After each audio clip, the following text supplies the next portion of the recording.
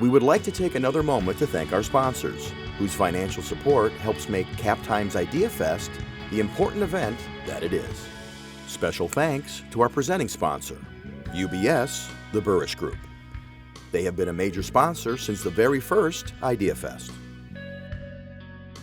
Major sponsors include HealthX Ventures, Exact Sciences, and Quartz. Co-sponsors are Madison Gas and Electric, Godfrey & Kahn Law, the University of Wisconsin-Madison, and Epic. Our Friends of Idea Fest sponsors are Wisconsin Alumni Research Foundation, Madison Community Foundation, University Research Park, Cargo Coffee, Doc Smokehouse, and Forward Theater Company. Our media partners are the Wisconsin State Journal, Madison.com, WKOW Channel 27, and Hinckley Productions. Again, we thank you for your support and for making Idea Fest 2021 a huge success.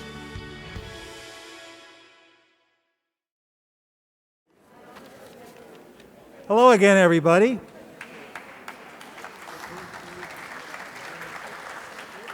Well, on to the second half of our Friday night double bill. Once again, I'm Paul Fanlund, editor and publisher of the Cap Times, and it's really exciting to see you in person tonight. We really appreciate your being here.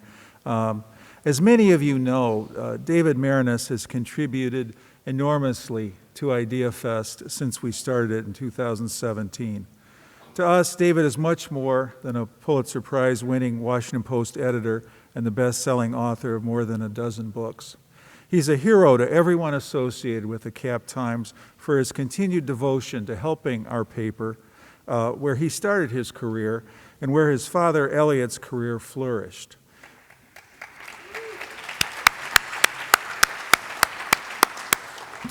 Eliot, of course, is venerated inside the Capital Times and in Madison history as a newspaper editor of vision and courage. David summers in Madison with his wife, Linda, has been working on his latest book on the athlete, Jim Thorpe, which will be out next year. He's organized and is moderating 4 Idea Fest sessions on this stage tonight and tomorrow, the first one you're about to hear. Tonight, David speaks with Washington Post colleagues and Pulitzer winners, Phil Rucker and Carol Leonnig, about their latest critically acclaimed New York Times best-selling book. It focuses on Donald Trump's final year in office and is titled, "I Alone Can Fix It." Like their previous book about Trump's presidency, A Very Stable Genius, they use Trump's own words as their titles. Phil is here in person for the first time. He and Carol spoke virtually with David last year for Idea Fest about their first Trump book. Carol was on this stage in 2019 but could not make it to Madison tonight and will participate virtually. One other quick plug for Carol. I just finished reading her other new book, Zero Fail, The Rise and Fall of the Secret Service. It's brilliantly reported and absolutely superb. Once again, there are cards. If you want to ask questions, volunteers will pick up the cards and we'll see how many we get to, but that's available. So with that, please welcome David, Phil, and Carol to our stage.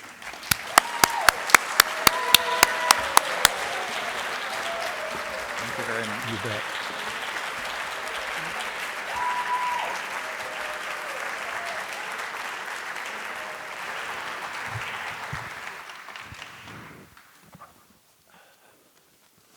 Who is that masked man? But thank you all for coming tonight. I know that you're all vaxxed and masked and socially distanced and dealing with probably the most venal, unprosecuted crime in recent American history, trying to deal with this. My glasses are going to fog up and fog down, so that'll be part of this. I've said it before, but I want to say it every time I'm here that I'm forever grateful to the Capital Times and to the people of Madison for saving my father and my family long ago when we arrived here in 1957 after the trauma of the Red Scare. And helping with this Idea Fest is just one small way I can repay the paper that I love and all of you. So thank you very much.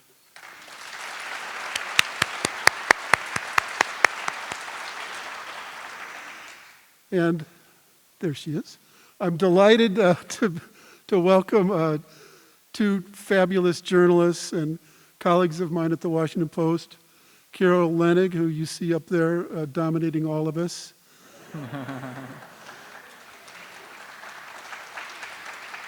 And Phil Rucker, who I knew I could get to come to Madison because his sister went to school here. Yeah. I know some of you, many of you have probably read one or both of their books, and most of you probably watch MSNBC and have seen them on television over the last 4 years. I consider both of them sort of this cool, intelligent breeze in the hot air of television these days. They come on with this preternatural calm, laying out the facts and what they know in a reassuring manner about things that are very scary. So they've been a balm for all of us over this period of time. And of course, they're both Pulitzer-prize winners, both for their coverage of Russian interference in the election, and Carol as well for her amazing work on the Secret Service, which is another one of her books. So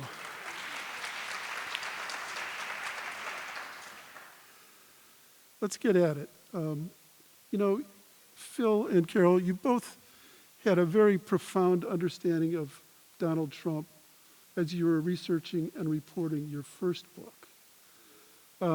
Proust said that people don't change, they just become more so. But I'm interested in what sort of the progression was of learning about Trump from the first book to the second. I'll let Carol jump in first. We have a sort of rhythm when we do these book talks and Carol go back first. and forth. Sorry. And she's 3 times the size of us above our heads. So go for it, Carol. I should have done that anyway. Thank you, Phil. No, I could tell that David was asking you, so my mind went blank. That's pretty embarrassing. Please, Phil, you take it away. I'll be next. Okay. It was pretty clear to us as journalists, and I think to all of us as citizens, watching the 2016 campaign, that there were key characteristics that Donald Trump, the candidate, had. Donald Trump, the man, braggadocious, narcissistic, not a man of sound character or morality, impulsive, quick to make decisions, tuning out the expertise. He can be bullying. I can go on and on and on. And these all became evident on day one of the presidency and were clear through the first 3 years of the presidency, which we wrote about in A Very Stable Genius. But when we were doing the work on I Alone Can Fix It, which covers the fourth and final and, I think we can all agree, catastrophic year of 2020, the difference is that those characteristics had deadly consequences because he wasn't just playing games in Washington and firing people by tweet. But there was a pandemic underway, and people's lives were at stake, and people were losing their lives. And then democracy was in the balance, and he played games with that. And then we had the racial upheaval of last summer, and a president who wanted to sic American troops, active duty military, on protesters in Portland, in Seattle, in Washington, in cities around the country. And that's a deadly threat to the country that we didn't necessarily see manifest itself in the first 3 years. So I don't think Donald Trump, the man, changed, but I think the consequences of his character and of his leadership attributes did change in the final year. Yeah, I've always, when people say, well, can't you just ignore Trump? We're so exhausted by him. But it's a journalist's role to illuminate the world as they see it. And power that is dangerous and misused, if ignored, it doesn't go away. So that's the enormous value of what you've both done. Carol, this is a little bit of an inside baseball question, but I'm curious, was it any easier or harder to, you're amazing, you can penetrate anything, if you can penetrate the Secret Service. But was it any easier or harder this time to do the sort of deep reporting that you two do after you'd already done one book about him? I mean, there were a couple of layers to that question, David, and I don't want to forget my train of thought, but I want to say something first, which is to the audience. First off, I'm sorry I can't be there, and I'm sorry I'm looming over these two giants in my profession. I also want to say how much of a role model David is to Phil and to me at the newspaper when we arrived, but also in the way he commits himself to this paper and to local journalism. And it's his commitment that I think will inspire us to do something similar. Probably not as lifelong dedication as he has shown, but it's local journalism that is going to keep the ship of our country afloat, making sure that local communities, regional communities get facts. And so hats off from both of us to you, David. The answer to the question is, I think it was a lot easier this time to get sources to talk to us. They were, frankly, many of them petrified to speak in real time when Phil and I were reporting for the Washington Post. Petrified of what Donald Trump could do to them, and petrified about what would happen, even if they were supportive of his agenda, if it was discovered that they were talking out of turn and out of school because they feared losing their jobs and then what worse would replace them. I can't name names, we can't name names, but you can imagine the people who felt that the virus was making a deadly march across the country and their presence was important. There were people involved in national security who believed that if somebody else took their place, a lackey of Donald Trump's, even though they themselves were ardent supporters of the president, if a lackey took over, what hell would be unleashed? So I feel like both Phil and I had an easier time getting people to speak because the president had left by the time we were doing these interviews. It was easier in some respects to write and report this book because we've done something together before. And yet it was excruciatingly difficult because we did it in I'm boasting a little, record time. The time it takes me to write a paragraph. 2 paragraphs. As I read the book, there's stories that are explosive all over the book, but the one that I think really detonates is how close America came to having an undemocratic coup orchestrated by the president. Joint Chiefs of Staff Mark Milley saw it developing. There's a quote of, "What the F am I dealing with?" He asked McMaster, and McMaster said, "You're dealing with some weirdest shit ever." I'm going to go a little bit out of order here because I want Carol to take this one part of it. You say that Milley told aides that listening to Trump was like reading 1984. I knew that would happen, and I apologize, and I will speak louder. Lies are truth, division is unity, evil is good. But the most terrifying of many terrifying paragraphs in your book is on page 437, and I'd love for you to read that paragraph for us, Carol. Well, I have to say I was prepped for this, so I have my book at the ready. And, some of this material, was chilling to Phil and to me when we heard it the first time. In fact, still now I get a little bit of spine tingle. A student of history, Milley saw Trump as the classic authoritarian leader with nothing to lose. He described to aides that he kept having this stomach-churning feeling that some of the worrisome early stages of 20th century fascism in Germany were replaying in 21st century America. He saw parallels between Trump's rhetoric of election fraud and Adolf Hitler's insistence to his followers at the Nuremberg rallies that he was both a victim and their savior. This is a Reichstag moment, Milley told aides, the gospel of the Fuhrer. Whoa. That's 7 days in May in reverse. Phil, Milley was not just seeing the the rhetoric of Trump, but physical actions within the realm of the government. What were some of those things that he was seeing? Well, just a little bit of context to keep in mind about Mark Milley. He, led the Army before Trump appointed him to be chairman of the Joint Chiefs of Staff. So he's the highest-ranking U.S. military officer in the country, but he's not a political appointee. He's not a Trumper. He's not a partisan figure. He's a nonpartisan, career-long, lifelong military officer, and he's extremely well-read and a student of history, and he understood all the parallels to the rise of Nazi Germany. And he saw in the summer of 2020, in response to the Black Lives Matter protests, that Trump wanted to try to use the military in political ways, not only with that photo op at Lafayette Square, where he had the peaceful protesters cleared out so he could walk across the square and hold up the Bible in front of the church, but in things that didn't end up happening, wanting to send troops to snuff out the protests in cities around the country in order to show strength that he thought would help him in his political reelection. So by the time November rolls around and Trump loses the election, Milley understood that this was a man, a president, willing to and capable of using his power as commander-in-chief for political, personal aim.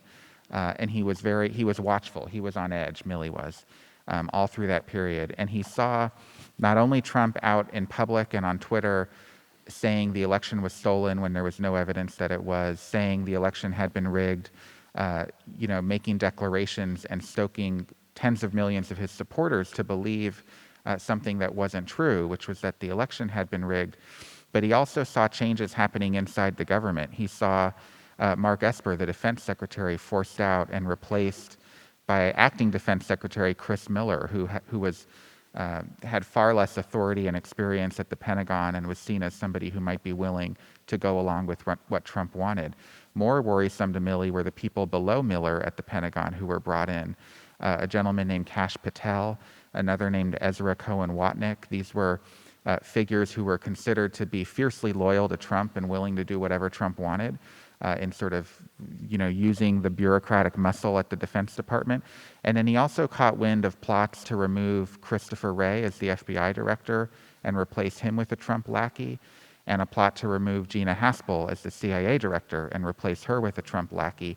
And Milley thought if Trump could get control of the Pentagon, of the FBI, of the CIA, he could execute a coup. Those were the guys with the guns, as Milley put it to others at the Pentagon. And so he and the other Joint Chiefs of Staff had discussions, private discussions in December about what they would do if the president were to issue any sort of order that they considered unconstitutional or immoral or illegal or dangerous to the country. And they were prepared to resign one by one in this reverse Saturday Night Massacre in order to prevent the president from doing that. But all the way up until January 20th, when Biden took the oath of office, Milley feared that Trump would use that power as the commander-in-chief to stay in power and remain as president despite having lost a free and fair election. So here's the question, Carol, that I have to ask you in a conditional sense because I understand the way you reported the book, which I admire, and it's the only way you can get the deep truth. But Phil says that in your book says that they considered whether they would resign in a Saturday Night Massacre.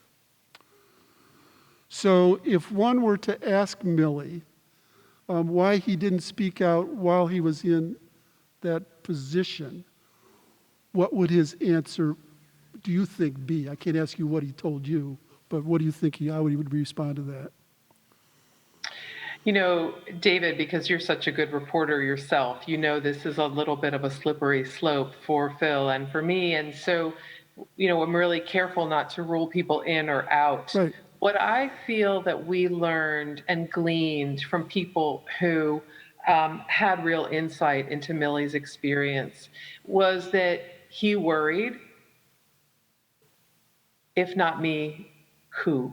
If not me, sort of holding this line ever since June 1, as Phil described, ever since he got that spidey sense that this president would stretch and break the law, ever since that moment, if he was on guard and creating all these bulwarks, that was good for the country. And if he wasn't there, who would replace him.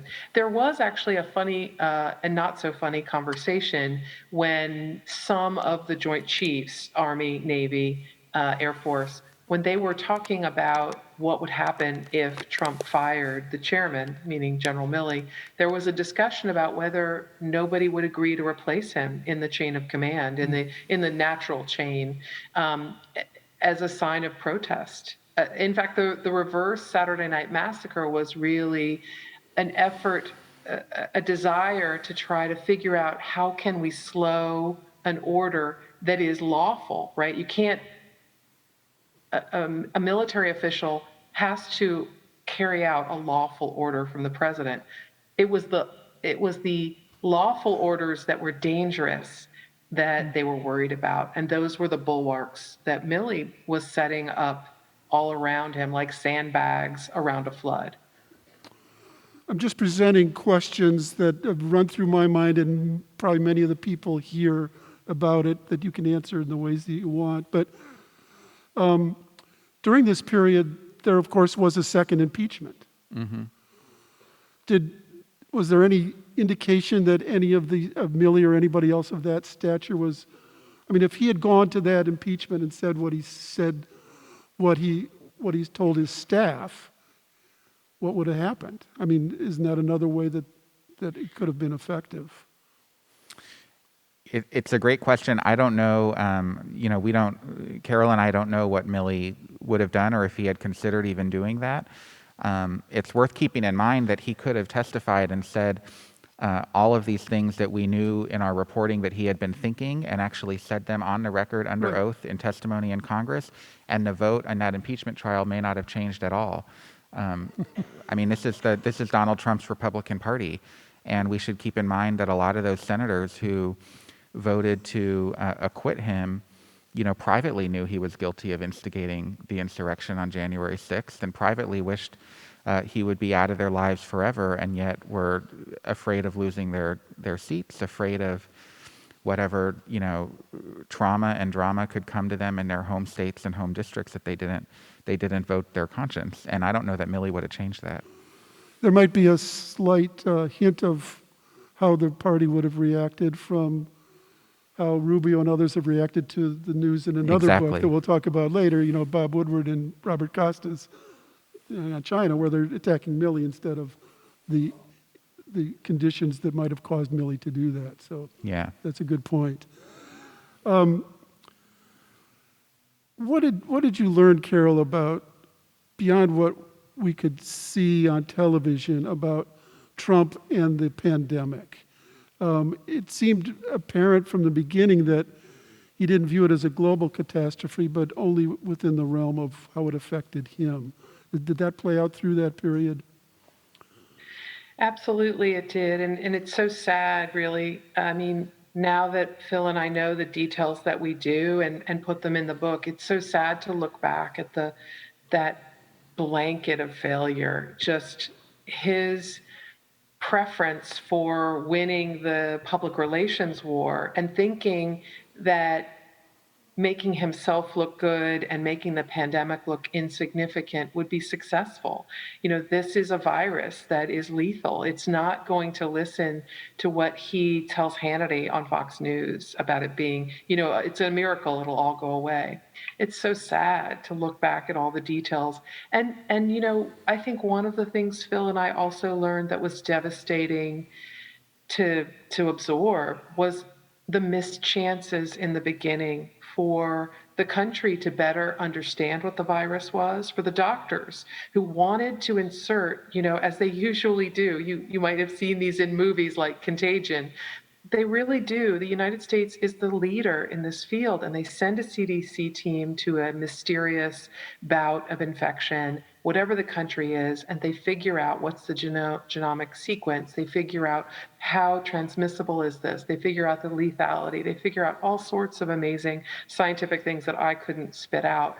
That failure of the president to press the Chinese president, Xi, to allow the CDC team in left us blind for 2 months. And those 2 months counted. The disease essentially was moving like a freight train through the country, unbeknownst to many of us. And really, Fauci, Redfield, they were also caught unaware because they believed this would follow the pattern of SARS. They believed it would be potentially very lethal, but it would flame out. It wouldn't be that transmissible. And indeed, it was quite the opposite. This one had a double barrel. And those moments that basically Trump lost us, lost lives. Phil, I'm always interested in leadership, people who lead and people who follow. And in this case, I'm wondering which Trump was doing. In other words, was he leading the anti-vaxxers and the anti-maskers, or was he following them because that's who he thought would support him? That's such a perceptive point because, I would argue he was following them. And actually, if you think about Trump throughout his political career, he's always been following his base. He has this uncanny ability to know exactly what his base wants to hear, and then to kind of get out in front of it and to do it. But in only a few instances are these ever, his core ideological views. Immigration and trade, he has clear, decades-long positions on those issues. But on everything else, he's a finger in the wind guy. And he turns on Fox News and he listens to Tucker Carlson and Sean Hannity and Laura Ingraham. And he has aides bring him, tweets to get some sense of what the MAGA base is saying on social media. And that's how he forms his positions on a lot of issues. And certainly through the pandemic, it would have been so easy for him to be the champion of the vaccine. It was, of course, the vaccine that his administration set in motion and got delivered in record time. And yet he saw where his base was headed on that, and just wouldn't get out in front of it. And I think on the science of the pandemic, but on so many other issues, I think he's a follower. And his rage, Carol, was that he thought they were delaying it on purpose so that it would not be in his administration, right? That's absolutely right. He, as we learned in our reporting, there is a moment where then President Trump is ripping into Alex Azar, one of many times, his Health and Human Services Secretary, saying, Pfizer, all the pharmaceutical companies, they want to screw me. They want to delay this. They don't want me to be president. They're pushing this back so that it'll hurt me at the election. Of course, that's not the case. Indeed, pharmaceutical companies delivered a vaccine faster than anything in history. And to Phil's point, the president deserves a little credit for that because he literally was whipping the horses the whole way. He brought a certain force to bear because, he wanted to announce the miracle before people went to the polls. That didn't turn out. And once it was no longer his vaccine, he no longer supported it. He no longer supported its value in protecting public health. Parallel with the stories about the attempted coup is the entire effort to portray the election as fraudulent and challenge really the whole basis of our democracy. This might seem a little bit obscure, but for any football fans out there, there's this well-known scene in pro football in 2006 when Denny Green, who was then the coach of the Arizona Cardinals, after his team lost a game to the Chicago Bears, he screamed, "They are who we thought they were." And he kept screaming that. And I think about that when I think about Trump and election fraud. How far back could you see that he was preparing the grounds for this? And what do you write about that in your book?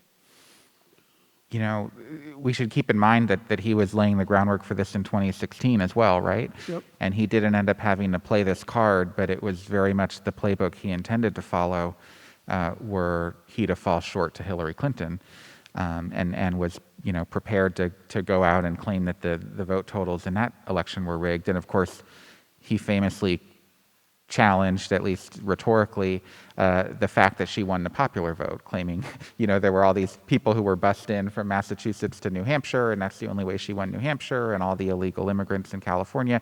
It's all not true, but nonetheless, this is a hobby of his. And then in 2020, it became pretty clear, early on in the general election that he was preparing to find ways to challenge the result of the election because he was behind Joe Biden throughout the entire year. I don't think there was a single poll in 2020 that showed Trump winning the general election, so he knew he had work to do. He started out by trying to challenge mail-in balloting. Of course, a lot of states made it easier to vote by mail and encouraged more mail-in balloting because of the health concerns regarding the coronavirus pandemic. And yet Trump, in what a lot of Republican officials and his own advisors viewed as an act of self-sabotage, poo-pooed mail-in balloting and said it was not to be trusted. You can't vote by mail. Who knows if that's going to be, those votes are going to be properly counted. And it ended up hurting him because his own supporters didn't vote enough by mail in the run-up to the election. But he was laying that groundwork early. And, the Republican Party, the Republican National Committee had lawyers in place ready to challenge the election results in a lot of these key states, places like Arizona and Pennsylvania, Florida, although they didn't need to do it in Florida. But there was very much not only the kind of PR campaign in Trump's mind to challenge the election results, but an infrastructure in place that cost a lot of money and included a lot of legal talent throughout the Republican Party to execute it. One of the many bizarro scenes in your book, maybe the most of that sort for me, he's so far out that he makes run-of-the-mill reactionaries look reasonable at times. And I was struck by the incredible detail you have on the meeting between Trump and Attorney General Bill Barr several weeks after the election, after Barr had told the AP that he thought he couldn't find any instances of significant fraud. Tell us about that 3-hour meeting. It's one of my favorites as well, David, and I think part of the reason is that, Bill Barr, seen by the public and as seen by many of us in the journalism community who covered him pretty closely, viewed him as a person who would do anything for the president, who would sort of bend and break the general tradition of, and really the sacred tradition of the Department of Justice to be blind, to be objective, to be above politics. He was down in the weeds of politics to try to help President Trump and help him get reelected. But in this meeting, the tides have changed for Bill Barr.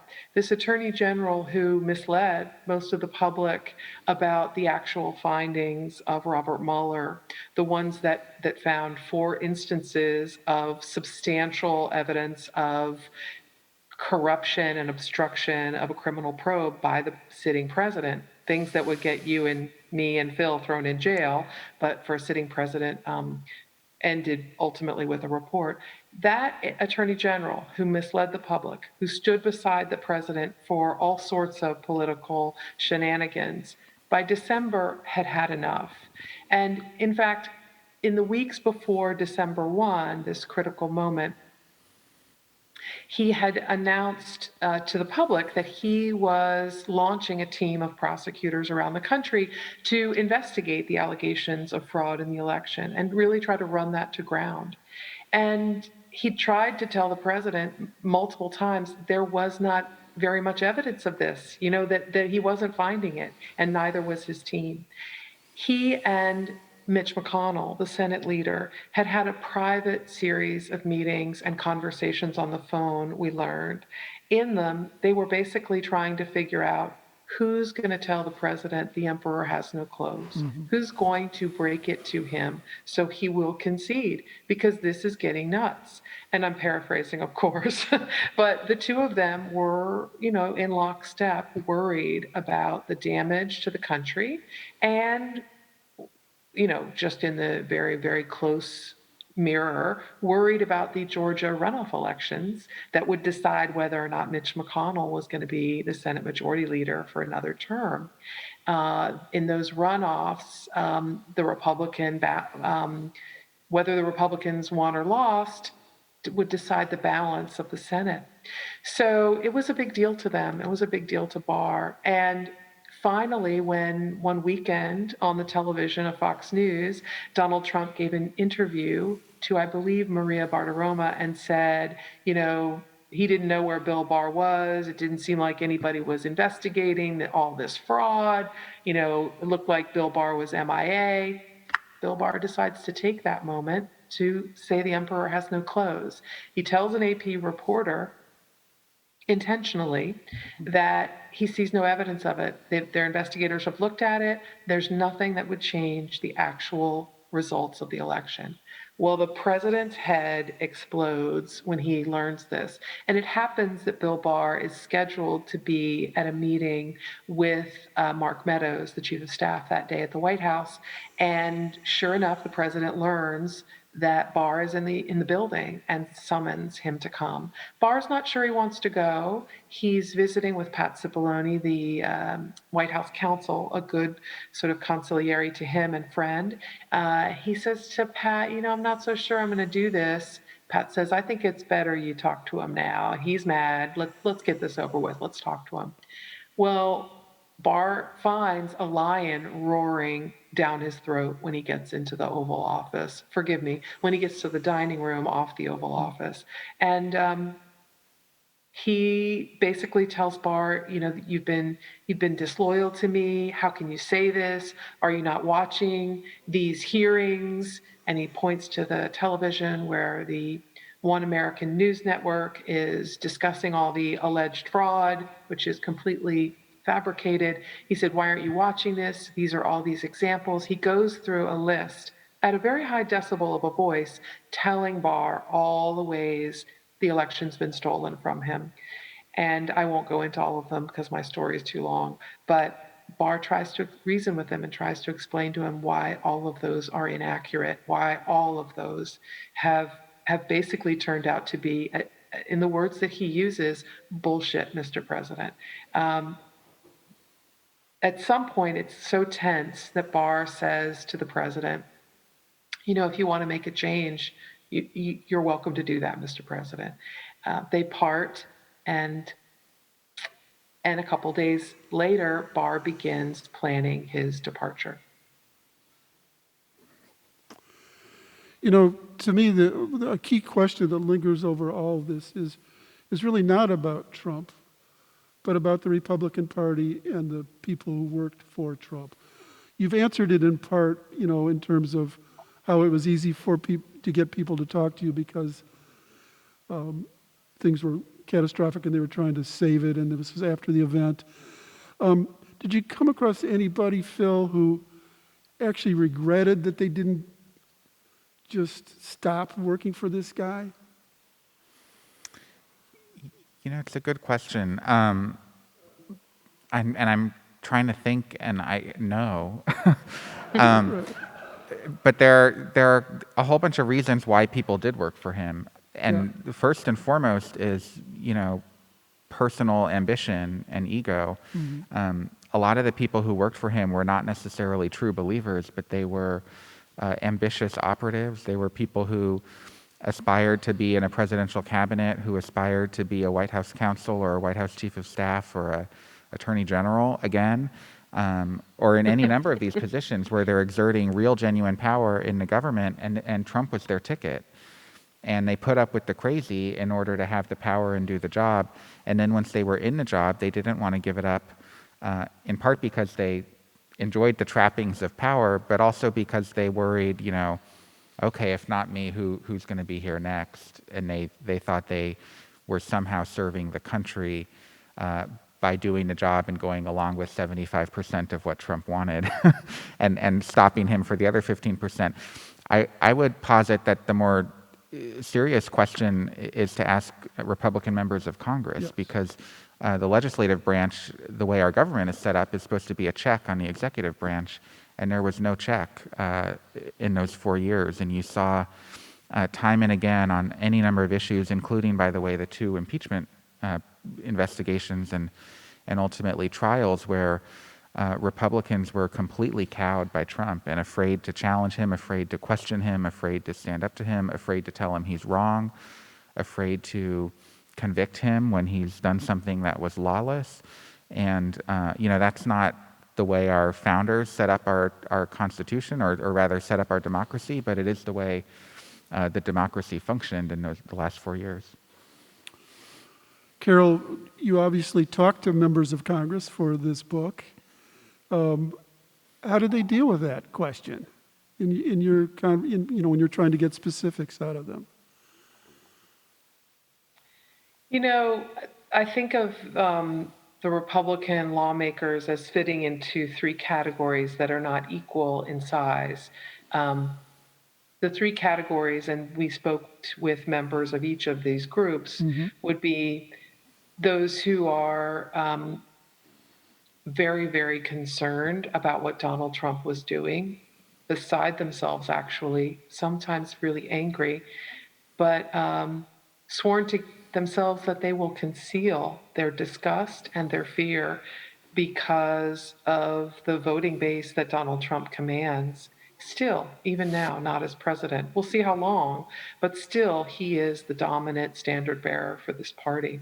And voters, as evidenced today in a recent poll, 3/4 of Republicans believe that the actions on January 6th were warranted, that it was a rigged election. So there's one person singing that song most predominantly over and over again, and apparently there are a lot of people listening to him. So that first category are people who are willing to say privately, I'm angry and I'm scared, but I'm going to shut up and I'm going to follow. I'm sorry to interrupt, but I want to pursue that first group. As reporters, you're trying to get information, but you're also trying to press people in power to confront, what's in front of them. Did you ever say to any of them, how did you live with yourself? Did you ever look into your soul about this? I'm serious. I don't think I put it exactly that way, and I don't think Phil and I confronted people about their souls. But we were pretty hard-nosed in terms of asking them, if you were so upset, why didn't you do this? Right. If you were so concerned about the democracy and the republic, but I don't think we asked them about their soul. and it's fair to say that's actually a pretty good question, right? I mean, our country is imperiled right now. It is on the brink. That it's a republic if you can keep it is a serious question right now, because how do you continue along the path of democracy when an entire party, minus a few people, and that second category would be like Liz Cheney and Mitt Romney, how do you proceed when the overwhelming number of the members of that party are afraid of the president and want his voters, afraid of the former president and want his voters? How do you continue when you are feeding them baloney and they are believing it? And the third group, I presume, is Jim Jordan? True believers. True believers. Jim Jordan would definitely fall into that category. Ron Johnson, who thinks Antifa, launched the attack on the Capitol. They weren't brewing you, Carol. Marjorie Taylor Greene, is she going to be the keynote next year? She could bring her weapons. Oh, great. So, you go to any one of these incredibly important issues and you see some similarity, some patterns. I mean, let's go to Black Lives Matter.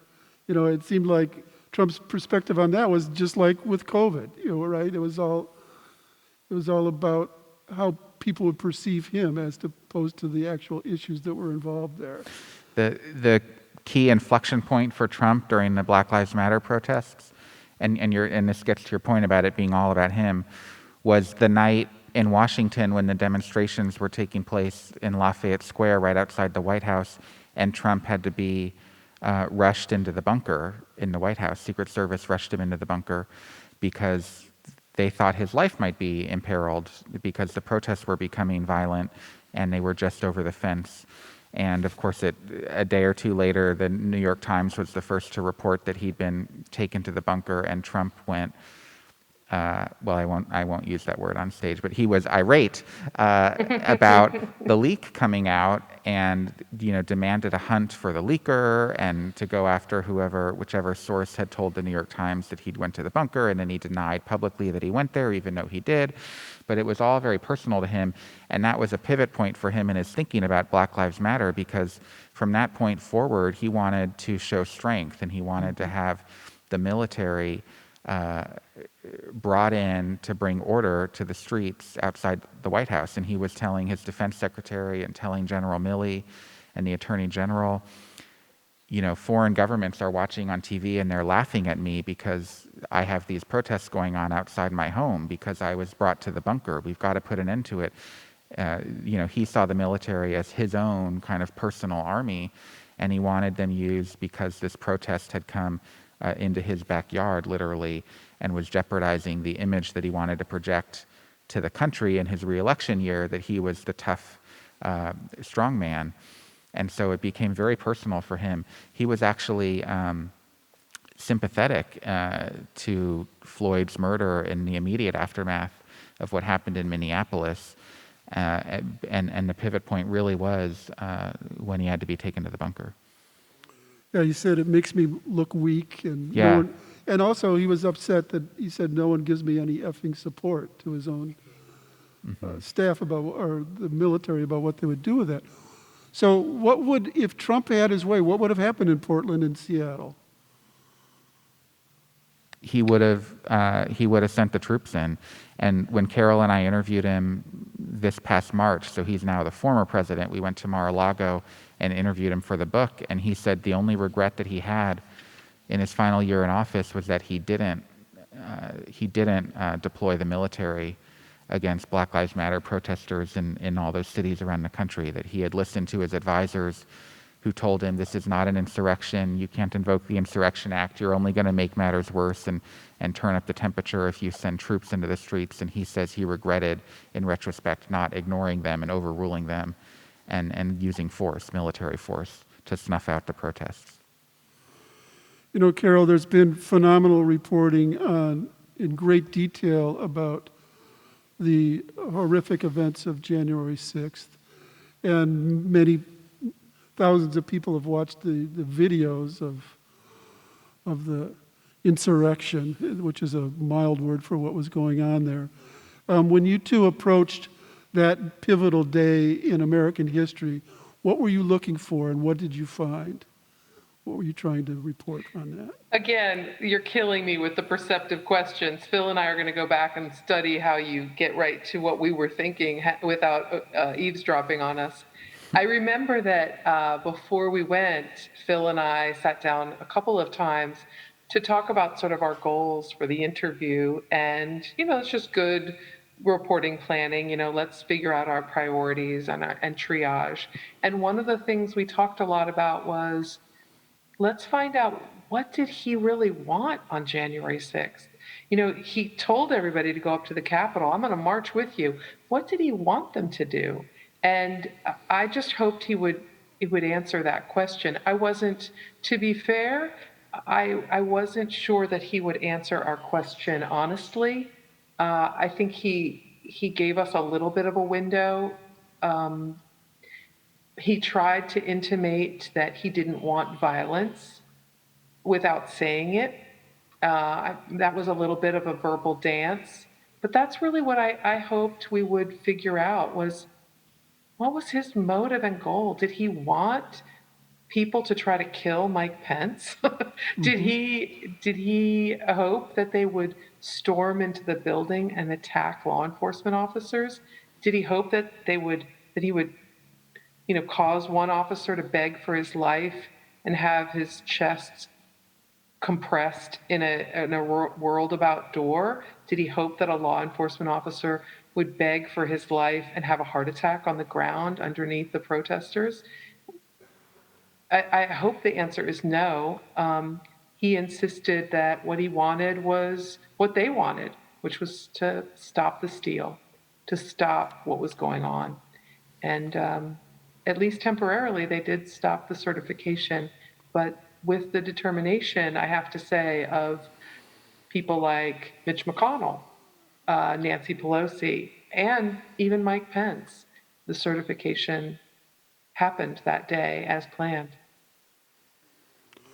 The audience doesn't know it, but for a long time, Phil wrote hundreds of stories probably with Robert Costa, who is now working with Bob Woodward on another book, Peril, which will come out in a couple of days, I think. Yeah, Tuesday. So inside the Post, we called them Rucksta. But having both of you growing up, with Bob Woodward as a model, and your close affiliation with Bob Costa, I'm curious what it was like to compete against those two. Bob Costa is a very good friend, Yes. and close colleague, and Woodward is a mentor and a hero to both me and to Carol, and I would say to everybody at the Washington Post. And we never think of them, or didn't think of them in this process as competitors necessarily, but it was a motivating force for sure. We knew Woodward and Costa were out there. They were working in secret, just as we were, just as any book author on a competitive subject would be. But we would hear their footsteps from time to time. We'd talk to a source and find out that Woodward had reached out to that person as well, or that person was debating whether to talk to Woodward. And we were very collegial about it, but we knew the footsteps were there. And we also knew that nobody launches a book the way Bob Woodward does, and you don't want to come out after Bob Woodward. So that meant that Carol and I were working a lot of nights, a lot of weekends. We weren't doing a lot of vacations. We were kind of hitting pedal to the metal to get our book done as quickly as we could, because we thought our best opportunity to have any commercial success for our book would be if it came out before Woodward, and it did. But I will say I'm really excited to read Peril. I think I know Woodward and Costa are both phenomenal reporters, and I'm sure they've uncovered a lot of rich material on not only Trump, but also the Biden, the beginning of the Biden presidency. And so I'm looking forward to reading it. Well, Carol, the one part of their book that has come out explosively involves Mark Milley and his calls with China. This might be an unfair question, but that's what I'm here for. How close did you guys come to that story, and how did it fit in with what you knew about what was going on with Milley and Trump? Well, I would echo everything that Phil said about,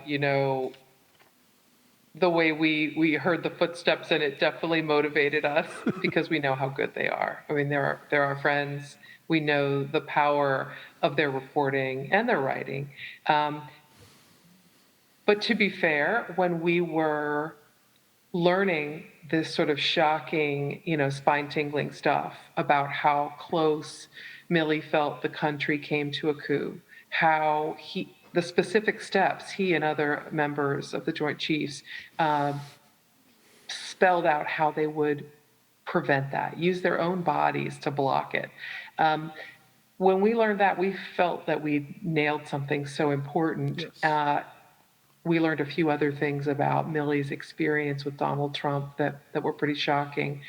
But the China calls were not something that we learned. And I'm not thrilled to admit that, but they got that fair and square and we didn't. And I guess the only thing we have to say is that we really understood how fearful Milley was about the president's state of mind, the president's willingness to pretty much do anything, and especially after the election, and terrifyingly after January 6th.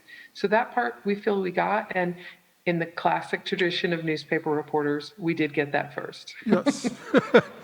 And, the books feed off each other and illuminate different parts. So your book set up that story so you would understand the context of it perfectly.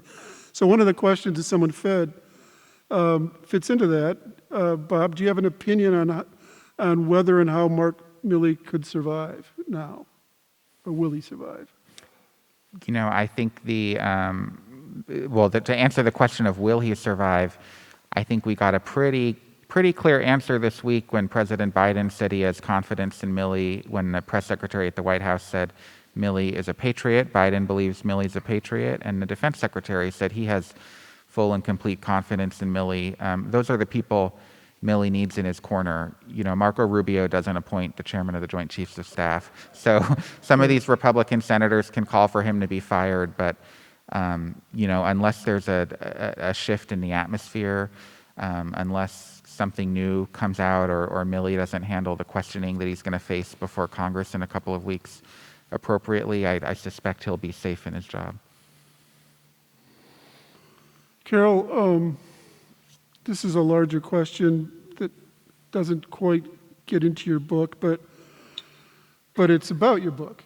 And that is, how permanent do you see the damage that has been done? I alone can fix it, he broke it. How permanently broken is it?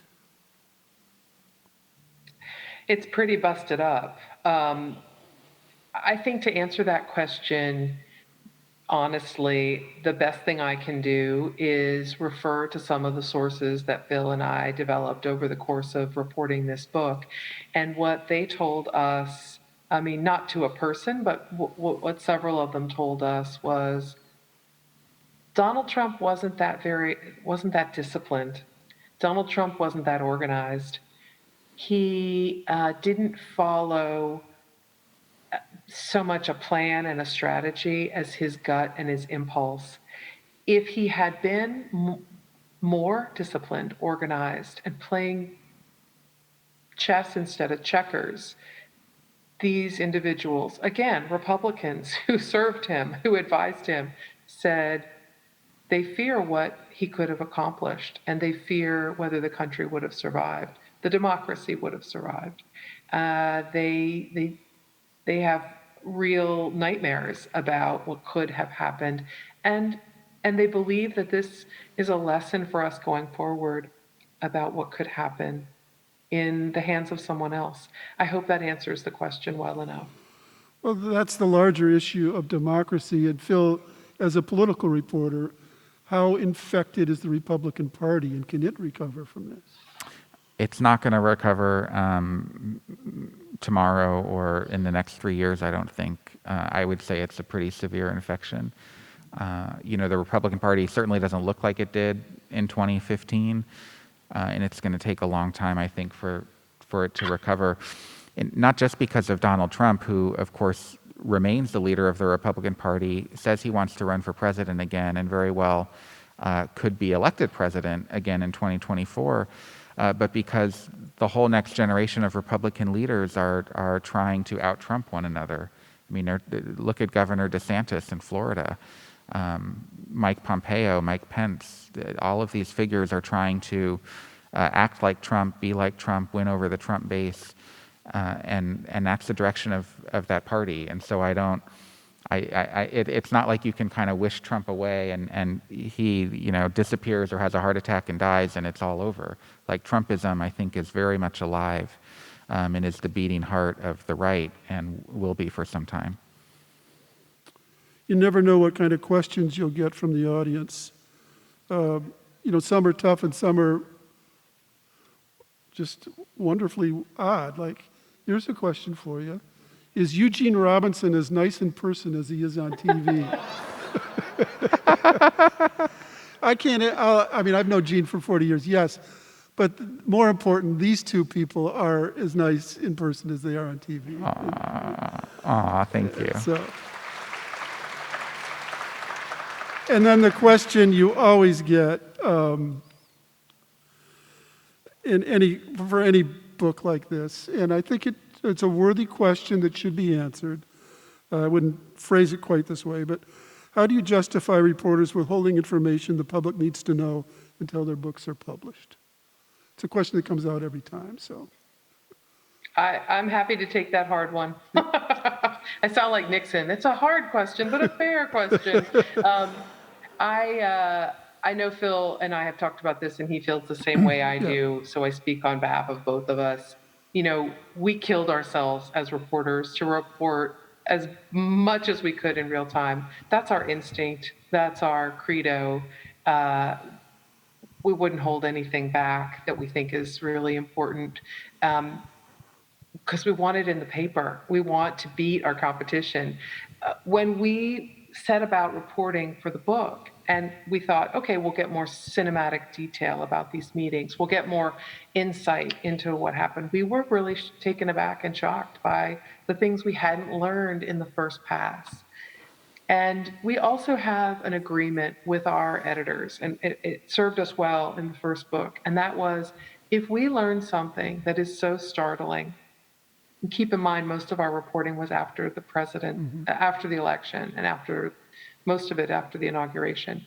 If we learn something that is so startling and changes the nature of our understanding and is something the American people need to know, then we're going to come to the paper and give it to them before we put it in the book.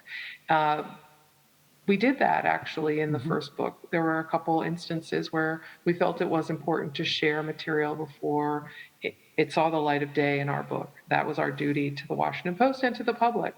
But in this instance, this material we could not get in real time. And it was only after Donald Trump was no longer president that a lot of people let loose, showed us their calendars, their diaries, their emails. It wasn't until then. A final question for you both, which is on a more personal level. You know, reporters are people too. You're not automatons. And these 4 years have been such an incredible adrenaline rush, you know, for good and bad. But for reporters, it was nonstop for 4 years. And I'm wondering whether either of you suffered any sort of PTSD from this, or, you know, seriously. Yeah, it's a good question, and it's a serious question. I don't think I did. Although, I don't know, maybe people think I'm a little, I've changed. But no, it was a really difficult and challenging and in some ways traumatic 4 years covering Trump and like, you know, literally in the front lines, like getting yelled at briefings and, you know, dealing with the 6 a.m. tweets and writing at all hours of the night. And, you know, I feel like I kind of made it through by taking breaks and pacing myself. And we're both fortunate at the Washington Post to have really not only top-notch journalists as our bosses and editors, but compassionate people, compassionate managers, people who would say, you know what, this was a really tough week. Why don't you take Friday off? Why don't you come in late on Monday? Why don't you find a day next week when you can just chill at home and not be dealing with the news? And that's really helpful, because if we were on the treadmill day after day after day, it would have been difficult to manage. I also think we have to learn how to develop thick skin. Like, the personal attacks from the president are not something you're trained to deal with in journalism school, and they're not something that like previous White House correspondents have had to deal with, but it was very much a reality in the Trump White House, and we just had to kind of learn to kind of tune it out and realize you've got a support system in the newsroom and with your friends and family, and try to pick up and keep going and live your life. And the last thing I would say is I'm not covering the day-to-day White House right now, so I have like a slower pace to my work life right now, which is a very welcome change and a necessary change, because after 4 years of that, I don't think you can kind of keep at that pace. It's really not sustainable. Carol? I apologize that my answer is going to be quick, mostly because I need to leave. So do we all. I bow down to Phil and what he did, because he was the White House bureau chief. Just an amazing tour de force to both document it and get yelled at on a regular basis and denigrated. I found this exhausting, this experience, and I didn't have his job. I was investigating the government, trying to understand things behind the scenes, trying to understand the policies and the shenanigans that weren't automatically available on the surface. And I found it to be a fire hose. And I think it's like a marathon that I'm ready to run again, I guess, but I don't want to. Well, speaking as a colleague and as an American citizen, you both have done this country a wonderful service, and thank you very much for Thank you, tonight. David. Thank you, guys. Thank you. It's been a pleasure.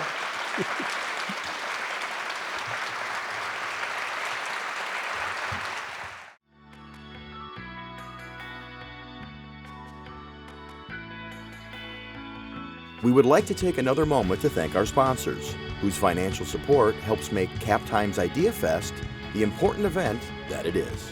Special thanks to our presenting sponsor, UBS, the Burrish Group. They have been a major sponsor since the very first Idea Fest. Major sponsors include HealthX Ventures, Exact Sciences, and Quartz. Co-sponsors are Madison Gas and Electric, Godfrey and Kahn Law, the University of Wisconsin-Madison, and EPIC. Our Friends of Idea Fest sponsors are Wisconsin Alumni Research Foundation, Madison Community Foundation, University Research Park, Cargo Coffee, Doc Smokehouse, and Forward Theater Company. Our media partners are the Wisconsin State Journal, Madison.com, WKOW Channel 27, and Hinckley Productions. Again, we thank you for your support and for making Idea Fest 2021 a huge success.